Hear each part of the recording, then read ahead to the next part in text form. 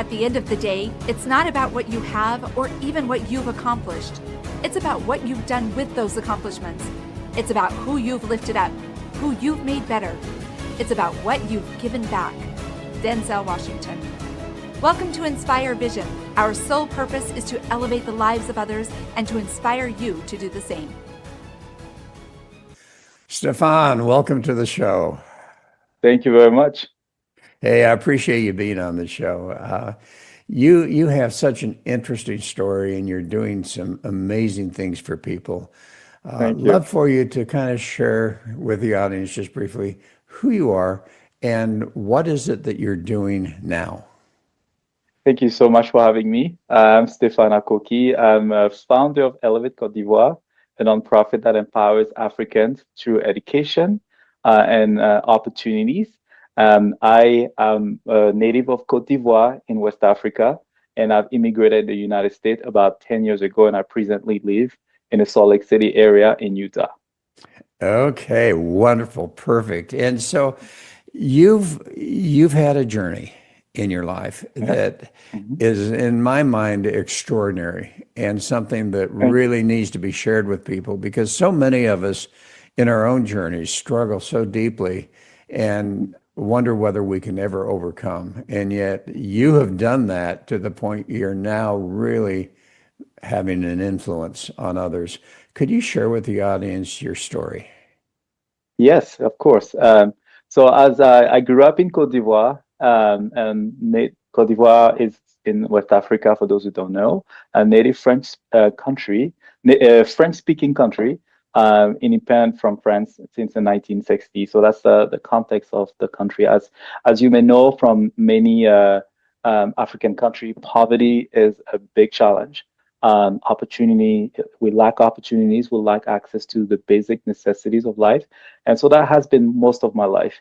By age 12, we unfortunately had a civil war. And I would say about half of my lifetime has been, experiencing those challenges. So that has caused a lot of challenges, a lot of difficulty, being able to access school, being able to have educational opportunity, and just a feeling of never feeling safe. And being there and seeing so much suffering and challenges, you wonder, will I ever be able to get out of this? And it's tough. It's a tough feeling, but we're taught to keep pushing. Again, from 12 up to like 2019-ish, I go to Ghana for a religious service for my church.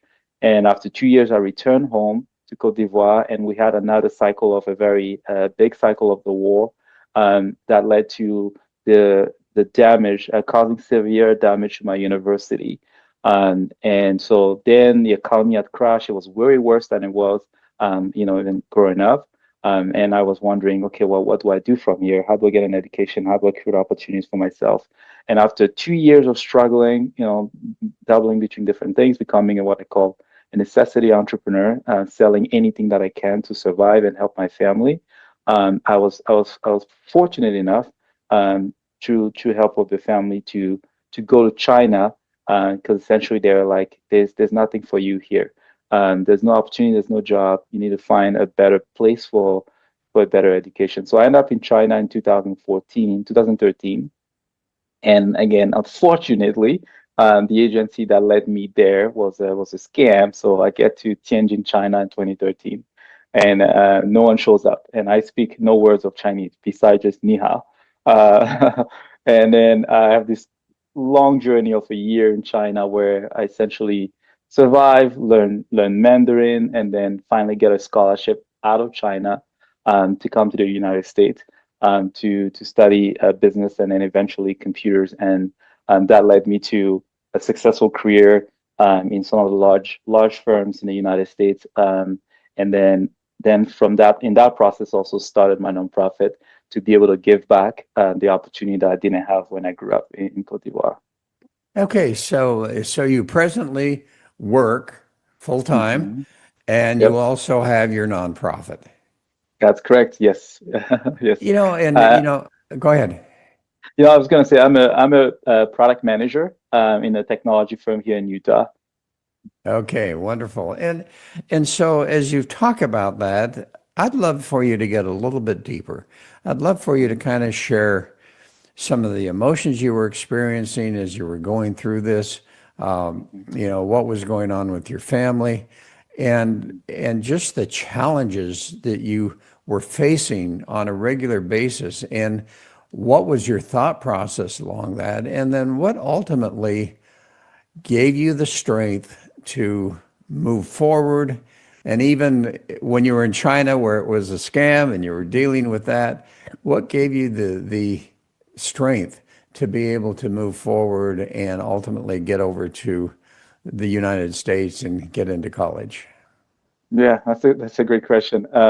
It is, I would say, lots of emotions. And as you're saying that, I was going through my journey in my mind and thinking about, you know, fear, abandonment, or anger in a way, and disappointment. And that was, I'll say, the theme of what I've experienced, growing up. I will say, we have this expression in Ivory Coast where we say, life is hard, but we're already here. We're already here, as in, like, what are you going to do about it? And now that you're here. And that's something that my mom also taught us. You need to do something. You're in control of your situation. You have the power to change your situation. So what are you going to do about it? So from a very early age, she used to say, in life, there's two ways to succeed usually. It's either you're born in a rich family, or you were born a family politician. At least in my country, those are the ones that have the opportunities. And she said, well, sorry for you. Sorry, like you're born in neither. So you have to figure out how to get out, and education is the way to do this. So I'll say, I think those words and those motivations from my mother were very essential to that drive, and having the end goal in mind, as in, like, for us is family, where community, culture, where the children thrive to succeed for themselves, but more importantly for the family. You Well, want to help your family. and I want to interrupt you there for just a minute, Mhm, because you're talking about something that I think is so essential. And if I'm getting the impression that although you were living, from what I'm understanding, in fairly deep poverty, is that correct? mhm. Uh-huh. Yeah. Yep. Here's your mother. It seems like rather than being a victim of all of this, she's Mhm, saying to you and her other children, you know what? It's up to you. You can get out of this, mhm. rather than just being negative and victimized by the whole situation. Is that a fair Mhm. assessment? Yeah, yeah, absolutely. Because the you could to your point, uh, you could complain about your situation all day long, and not that we don't. It's a human feeling. But my principle has always been, and I know I drive my coworkers crazy. I was like, let's complain for about 30 minutes, but now what are we gonna do about it for the next 30? But yes, that's essentially the mindset that my mom has always been uh, teaching us. Um, yes, there are things we can control, but for the things that you can control, what are you going to do about it? Yes. Oh, and I love that. So I just wanted to stop there because I thought that was such an important part. So, okay, so here Mm-hmm. you are as a young child, and whatever age that is, and you have developed this mentality because of your mother that, Mm-hmm. as you say, if I understood it correctly, what you cannot change, accept, but you can change what you can change. And Mm-hmm. so you move forward. So continue on. Talk a little bit more about what your life journey was on that and your Yeah. experiences. Yeah. So you have family, you have matter words. You also have faith. Strong believer in God, and the power that He has, for those who act upon the faith that we have to transform our life. So always, thinking, I'm not alone in this journey. There's a family that's supporting me. They're friends, but there's a higher power, and there's the divine that's supporting us. So that, between like the motivation, the inner motivation that, of wanting better life, the the motivation from my mother, and also like your faith and your belief that in this journey God is going to do miracles, and you see them every day, and that's a I do say that I'm when I was a child, if you had asked me was I happy or excited that I was born where I was born, I would say absolutely not, because you watch TV and all the you see the world outside and you think, oh man, why don't I have these things?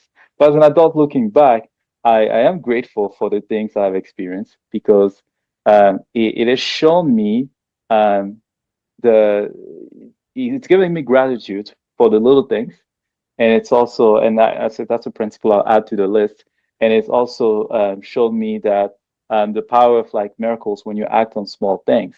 And an example of that is in the first world, for the most part, at least from my experience here, um, figuring out what to eat the next day is not the biggest thing. And if you look at the Maslow pyramid of needs, because of development and opportunities, a lot of people have moved past that stage. But in a developing world, more a bigger majority of people are still worrying about the day-to-day. And in a lot of time, for us, I remember those days where we had no idea um, what's going to happen tomorrow. But you believe that something will come out the next day, and then you have a lot of opportunities to experiment. As in, like, well, tomorrow is no food, but I'm gonna go out and I'm gonna figure out. You have no idea where you're going. You have maybe one or two things you could sell, uh, and you don't know who's gonna buy it, but you still go out every day. So it gives you that practice of faith, and you see the result every day. It's like, man, yesterday we thought we were never going to make it the next day, but we did. Okay, what if we try it again? So you get so much practice that by the time you get to adulthood, you're fearless. And I think that's the preparation that helped me in China. And despite being lost and all the things that were happening, I was like, okay, I have seen firsthand that through belief and action, there is always an outcome. It might take longer than I expect, but it always works. And that I'll say it's draw that resilience. And when I want to give up, I'll remember those things and be like, you gotta keep pushing. Something is gonna work out because you've experienced it over and over again in your childhood. Well, and you mentioned your faith in God, okay? Mm-hmm. And what comes to my mind, a couple of things do, but one of Mm-hmm. the things that comes to my mind is so often people blame God for their circumstances. Why would he Mm-hmm. let this happen to me? Why was I born here and why does he let me do this? It sounds like you kind of reversed that a little bit. And yet I think in other situations, people just totally wait for God Mm-hmm. Mm-hmm. and don't do anything else. They just keep waiting and waiting and waiting, and then he hasn't done anything necessarily. So how have you fit that in to your life, and as you work with others, helping them to understand that fine line between totally relying and not doing anything about it, being angry because, if he's God, why is he letting this happen? How have you put that together so that you're able to move forward with such, as you say, gratitude, which I think is great? Mm-hmm. Appreciate you sharing that. Yeah, that's a good question. And it is a fine balance, and I'll say I have refined it over the years for sure. Because in French in Ivory Coast we have this saying, Dieu propose, no, l'homme propose, Dieu dispose, as in the man proposes or send a proposal to the heavens, and the heavens bless it in a way. And that implies that you have to have a proposal. You have to have a plan. You have to desire something. What do you want for the heavens to be able to bless? And so I've always operated that way, as in like I'll pray for guidance, and if I don't have a clear guidance, I make a plan, which I believe is the best plan, and I ask for God's blessing on the plan. And even if sometimes Christians will often say, "Oh, I still am not getting any answer," my next stage is I'm doing it. and I'll tell God, hey, if I'm doing wrong, please correct me along the journey. But I'm taking the journey, and then I've seen it work so well, where it's that first step. We say in the Bible, the scriptures, faith without work is vain. You take that first step, and then you see the next step open. It's so incredible to have experienced it so many times. Like, for example, the matter of food, like I've mentioned. Well, step one is you need to get out of the house. I don't know where I'm going, but I need to get out of the house. I know God wants me to be happy. He wants me to eat that day, as basic as it sounds.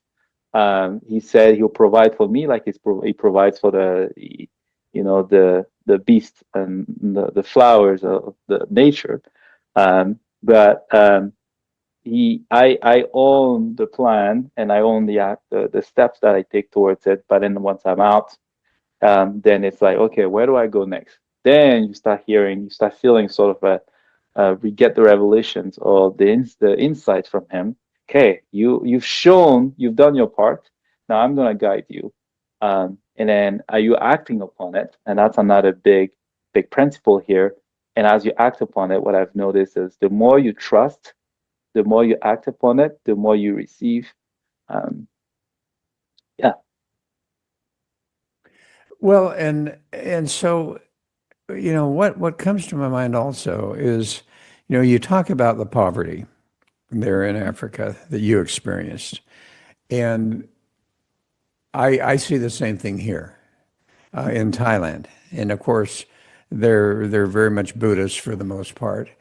And what amazes me here is, I see people, for instance, if I'm driving, there's always children or Mhm, teenagers at the lights mhm. selling flowers, selling cookies, and so forth. In the United States, if we saw that happen, immediately, what's our thought? It's strange, I guess.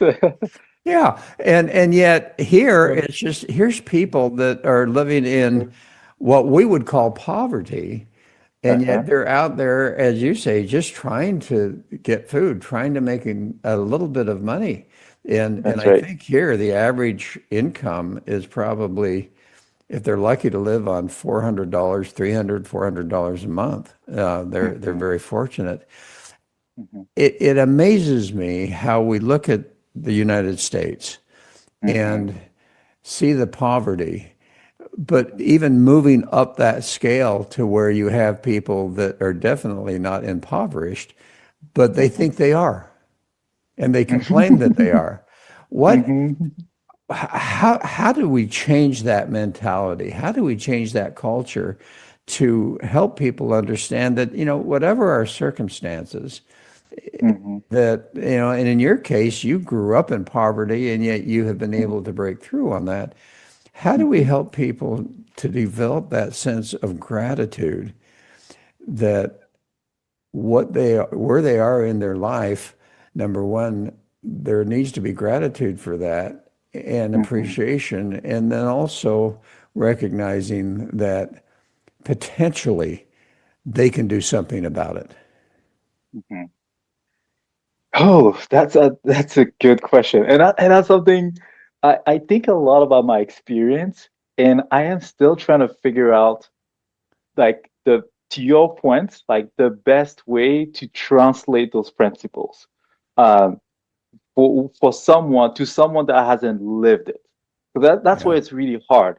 Because it's like I just a few example here is like I last year I went with my board members for my organization, and they're from Hawaii.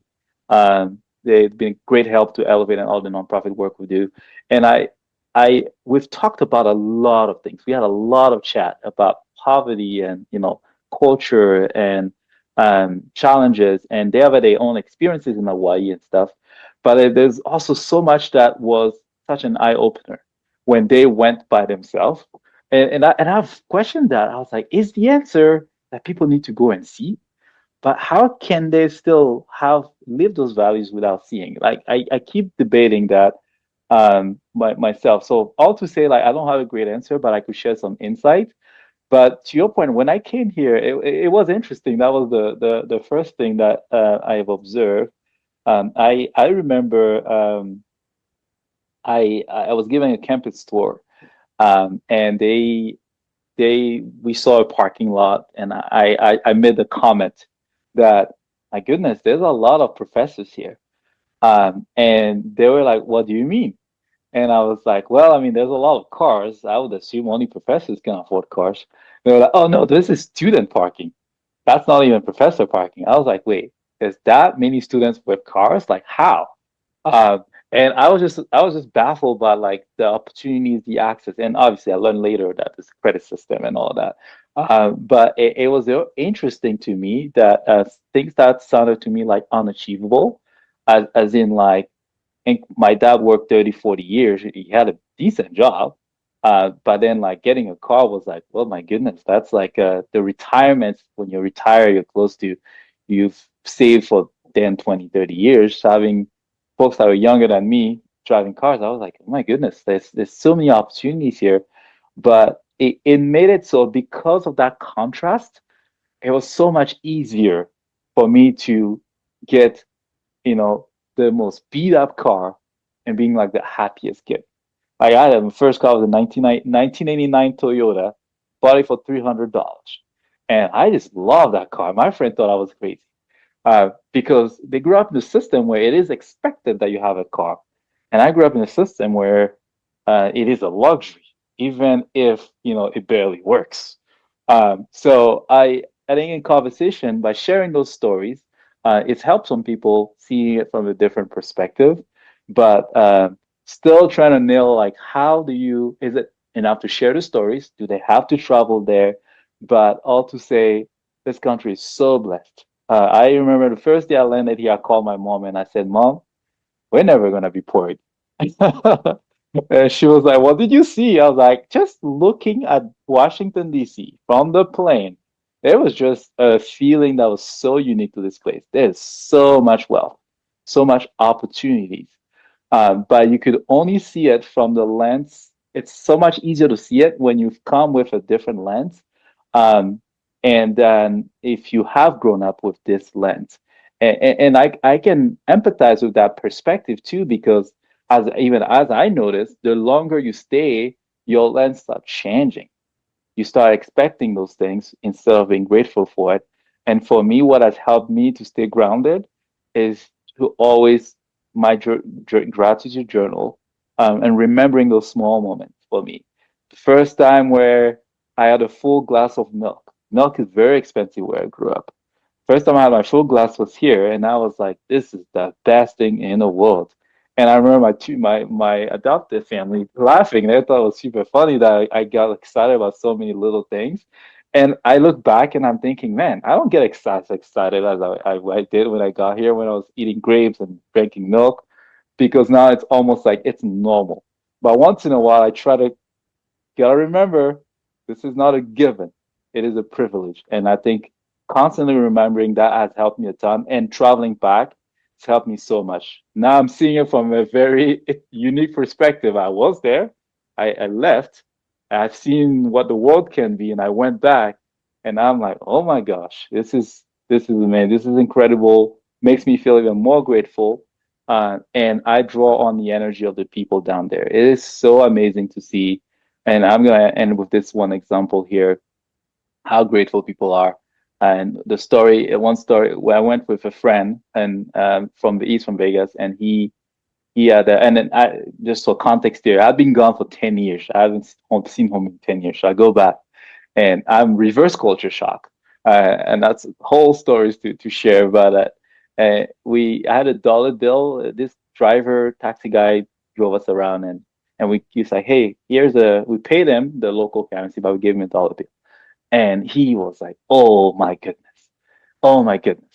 This dollar bill is the closest I'll ever be to the United States of America. You have no idea how much you've blessed my life." And I was like, "It's just a dollar." I mean, I have homeless people here that get mad at me for giving them a dollar. And then here's this guy that has gotten a dollar, and he is like, I'm never spending this. This is gonna be my good luck bill, and this is the best. And that kind of energy every time I go back tells me, man, I feel so grateful for everything that I have. Well, and that's so fascinating. What comes to my mind, if you were to compare the Mhm, poverty that mhm, is there in Africa where you grew up, mhm, and look at the United States, mhm. who would you fit? What group of people would you fit in the U.S. into that poverty level in Africa? Hmm. What group, as in, sorry, I'm trying to understand better. Well, so here they are in poverty, looking for their Mhm, next meal. Can mhm. you compare that to the homeless, or is there a level above the homeless in the United States that are experiencing that? It is, it's hard, because I feel like what I've learned from my travel is also poverty is also a very relative term. Um, as in, like, I've asked a lot of my friends I've gone to college with will say, "Oh yeah, we were very poor growing up," and then I'll go to the home and realize, my goodness, that your version of poverty. But why would they thought they were poor was because they're comparing themselves to the house on top of the hill. Because to them that is perhaps middle class, and maybe the house higher is rich. Um, so it is quite interesting to see that that principle. But if I were to say comparing, like when it comes to basic necessity and having access to those, I would say vast majority of people here have access to those things. And I would say in the United States, like, and the reason that is I like to say there's a lot of social nets here, um, that can in a way catch you when you fall down, um, the in society, as in, like, if I'm hungry, here, um, the church activities, whether it's my church or not my church, I could go there. Um, there are food banks. There are donations. They for the homeless, there are homeless shelters. And then that's not even including all the other nonprofit that work in the space of hunger. There's so many places to draw from. Plus, there's if you want there's social security, social benefits, that you can get. The problem in our economy and country, due to the nature of the poverty and the system, there's none of that. So if you have nothing, you are in big trouble. You cannot go to the hospital. Well, I mean, you could, but the likelihood that you survive is very low. You can't. There's no food bank. I mean, they can't even run food banks, because imagine the millions of people that will be overwhelming the food banks. So what you do is really community. And the way it works is, I go to my neighbor, hey, you have some tomatoes? Take a tomato there. Hey, you have a piece of fish? Take a fish there. Hey, you have this and that, and then here's your stew. And then you hope you can get some rice in between. That's how people live in a day to day there. Um, but like the idea that I could go to a place, and I'll say, even like could describe it as the poverty, the opportunity poverty. And again, like, there's the job element too. There's an abundance of job. I mean, we're talking 4 to 6% unemployment rate. Uh, we're talking 40 to 50% in Ivory Coast. So 10x that. So even if, let's say, if you're physically able to work, you're not sick, either mentally or physically, there is an opportunity here to earn. It may not be a lot, over there, we have PhDs. I think someone was saying 2,000 or 3,000 PhDs that are unemployed. We have PhD that can't even get uh, jobs in, like, fast food. I mean, so they end up selling on the street. That's how bad it is. So let alone the high school kid or the bachelor degree kid or the associate. So I think that's the biggest challenge. That's what Elevate is trying to solve. Like the fact that one, there's no social net, and two, even if you wanted and you're able to work, where do you go? And the United States has done a fantastic job with both of those things. There's so much more we can do. I mean, socially here, I know it's not perfect, but there's a lot of incredible opportunities here for those who are willing to take advantage of them. Well, and you said something, and I'm curious of whether that's real or not. You talk Mhm, about your experience there in mhm, Africa and mhm, the poverty, and yet the community. Uh, mhm, was there really a culture of community where if you went to a neighbor, if they had it, they would mhm, share with you? Was mhm. was was that actually part of the culture there that you grew up in? Yes, yes, and I would say I don't know how we would have survived if we didn't have that. Yes, it is, and it was quite a culture shock moving here. To know that I just couldn't go knock and ask for any random thing that I needed of my neighbor. In fact, I mean, I didn't know most of my neighbors for years, because you have the garage door opener. That was a novelty to me, where you push that button and you drive in, you drive out, and you don't really see each other. Versus where I grew up, it is good morning to all the neighbors on the way to work, and then good evening to all the neighbors on the way to work, and then you sit outside and you chat and you talk about your day. So that's kind of what I was used to. So it made it a lot more seamless to to talk, integrate, share. But like yeah, I mean, and I like to share funny stories of, we have about 60 plus tribes, and each tribe has different culture. They also have different type of food. So I would spot the I knew the tribes of my neighbors, and I knew the kind of food that they like to cook at home. So if I didn't like what my mom cooked, I'll go to the other tribe and eat whatever whatever food they made, because I knew that was my favorite, and I knew my mom's tribe didn't like that food that much. So I really enjoy. That's something I really miss about back home, and it's just beautiful that they most of us didn't have a ton, but it was always this: you gotta keep enough food and for the visitor, because you never know who might need it. Well, and so two things come into my mind. One, community, Mhm. and how somewhere along the line we lost that in the United Yeah. States to a Mhm. large degree. But secondarily, you talk about your path of here you are in the United States, you've grown up in poverty, you've struggled and yet overcome, Mhm. and now all of a sudden, what was a blessing of Mhm. great import in your life Mhm. is now just to be expected. Mhm. And Mhm. how do you help people to develop that sense of gratitude rather than the egoic or the ego longing or expecting this to be a part of their life? And as you see that, how does that affect an individual's life if they can get to the point of being Mhm. grateful for what they have rather than just expecting that that's how it should be? Yeah. Yeah. That's a fantastic, great question, and I would say, uh,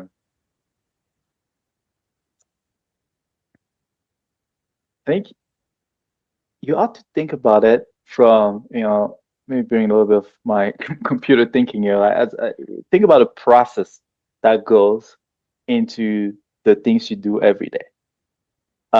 So the first step being you get up. How many people did not get up that morning? It's not uncommon that people die in their sleep. I have a few friends that did. So that's step one. And people say, well, you get up so often that you've assumed that it's the reality. Um, but think about that first step in your every day. So being grateful in the morning every day that I'm up and I am able to function. That's a big thing. Then from there, you usually move on to get breakfast and food. That food was served to you, because of the collective work of a lot of people, from farmers, distributors, and all. Um, So being thankful that also was given to you. And if you're religious, then you thank God. But in reality, any of the things that you provided to you, starting with food, is because of someone else's labor. You're gonna get on the internet to work. You're gonna get on social media, check out memes, whatever you do. Again, all of the infrastructure that was meant for that. And and perhaps I think a lot about those details, but I wonder if people do. Like, it is literally somebody else keeping up the light. And I think COVID kind of helped us reminded us of that with essential workers. Oh my gosh, there are people, millions of people that we tend to ignore because they seem to be in the background that are working to make something possible. When those people weren't able to work, we all saw what happened in our supermarkets. We saw what happened to our supply chain system. So I think thinking about the step that we take every single day and be thankful for each of that um, is a big step towards like living a life of gratitude. And in terms of how does that impact your life? Oh, I think it's a huge impact. I mean, I honestly feel like, and I may be misremembering my religion classes, but in Buddhism, they taught us that um, the Buddha found out that the greatest reason, the biggest reason for unhappiness is people, is expectation, high expectation and outcome to things that you do.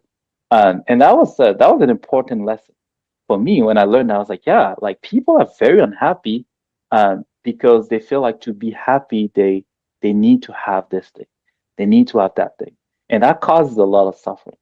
And I've seen that distinction in the U.S. versus in Africa. Like, it is so it's wild to me that to interact with my own fellow Africans, Ivorians, for Ivory Coast specifically, to see that they are happier than a lot of people I know here. Just and we hear that in principle, but it is true. Having lived in both places, I know so many more people that are happier, and I've asked myself the same question: what is different? I mean, these people again, like this is you're living in the harsh reality of corruption, lack of opportunity, and all, um, and they're not pretending to be happy. In fact, I like to say if you ask someone on the street back home, "How are you doing?" They'll probably tell you, I got this stinking malaria, annoying, but I'm alive, so I'm grateful. How you doing? And you hear that for the first time, you're thinking, wait, what? Are you gonna die? Like, this is serious. But they acknowledge the pain, because being grateful doesn't mean everything is fine. They acknowledge that no, things are not good right now, but they will be better. And it's that trust me, I've tried. So I've been trying to, like, how do I teach that to my friends here? Because it's like it's so beautiful. But like knowing, not having those expectations, um, and just being grateful for the fundamentals of life and keeping life really simple. Talking to people there, it's like, and I want to be able to spend time with my neighbors. I want to have food every day, a place to sleep, and time with family and friends. And it's not necessarily a lack of ambition. It's more of a what matters the most. And I said that's another principle here. Like, they prioritize what matters the most. Um, I went to business school. Like, when you business school, it's all you got. When are you gonna make the six figures? Uh, when are you gonna get to this title in your company and all this? And you end up in this rat race, which many of us are familiar with, where you start identifying those success your life as needs to be successful if you hit those things. When you're gonna buy the house, the American dream. When you're gonna do this, when you're gonna do that. And for a lot of people down where I'm from, which again, they teach me so much every time I go back, it is keeping it very simple and, being grateful for the simple thing and realizing that I already have so much already, and I'm happy for what I have. I'm striving for more, but I'm not basing my happiness as if whether or not I hit that target. And I see a lot of people doing that, and it causes a lot of unhappiness. Yeah, and it's interesting. A scripture that comes to my mind: "Blessed Hmm. are the poor, for they shall inherit the kingdom." And Hmm. what is it? I mean, as you look at the Hmm. culture of Hmm. poverty where you grew up, Hmm. and I see the same thing here in Thailand. They're Hmm. happy. Hmm. They're grateful for anything that comes their way.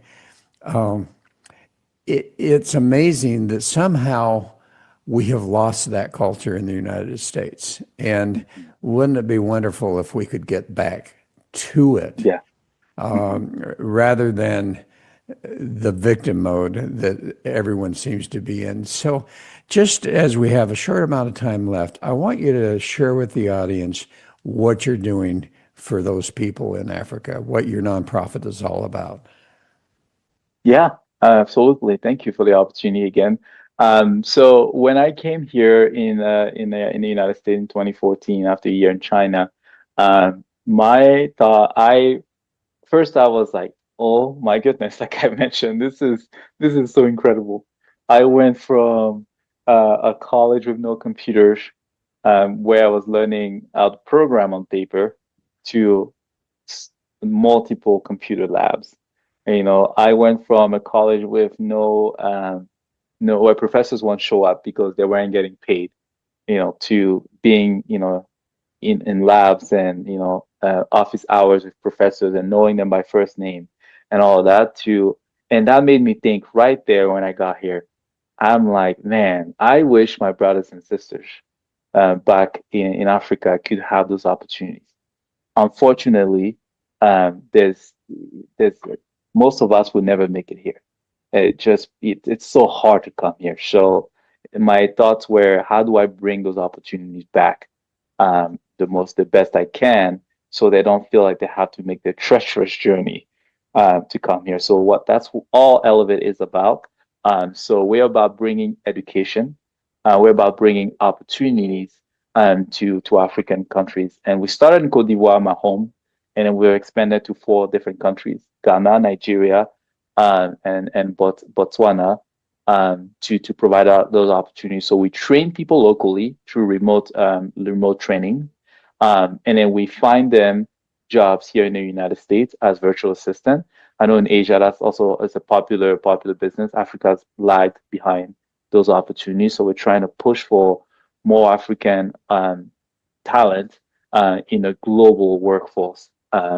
So then they could earn, you mentioned, I think, $300 to $400, the good income in Thailand.